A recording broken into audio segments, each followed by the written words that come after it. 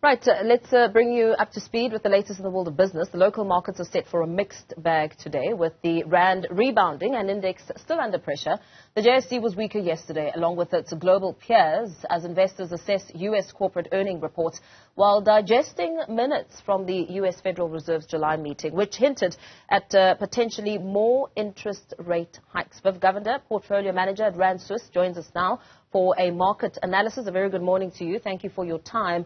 Give us an overview of how the overall markets are faring this morning after some weaknesses yesterday. Pretty negative. The overall market's about 1% down.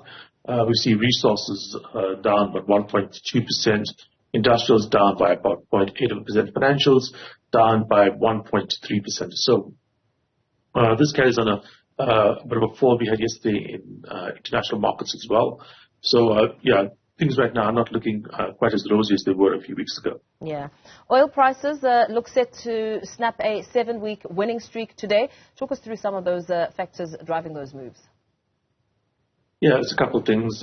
Basically, at the moment, I define it as the U.S. economy is a bit too strong and the Chinese economy is a bit too weak. China basically has had, a bit of bad news. And what's really worrying about China is the leadership. A couple of years ago, if you'd asked me describe the Chinese leadership, I'd have said, efficient, educated, etc., etc. Right now, they've lost a lot of their reputation. I mean, for instance, to give an example, we don't know the youth unemployment rate in China because they stopped publishing these results because they apparently were too bad. I think they've cut the number of releases of economic data by half because the numbers don't look as good. It's like literally ignoring bad news, hoping it goes away. So China is in a bad situation. The U.S. is actually doing very well in terms of the economy, which is quite bad market at the moment because that means that the U.S. Fed is going to be keeping rates higher for longer, which is bad for markets. So those two factors together has made us see oil prices come down a little bit. But still, oil prices are significantly higher than they were about a month and a half ago. So, I mean, we talked about almost a 20% increase in prices over that period of time. Yeah. Emira has announced its firm intention to make an offer to acquire all the issued shares of Transcend. Talk us through what these specs are looking like. Yeah, look, Emira owns just over 2/3 of Transcend, and basically what's happened, Transcend is the property company, Emira, or the company, basically, Transcend has found that it's not able to raise capital at a really good price. If it wants to go and expand, it has to go and basically sell shares at a discounted asset value because, the market isn't looking very strong at the moment. And as the majority shareholder, that doesn't really work in your favor. If you own 68% of the shares, 70% of the shares, you can raise some money. And you sell more shares, you're just going to dilute your stake. And if it's at a bad price, it's going to be, bad for you.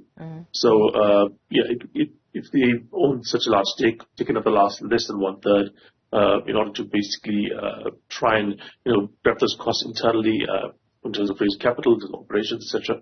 It kind of makes sense. I mean, the reason you list in the stock market in the first place is to try and raise capital. Yeah.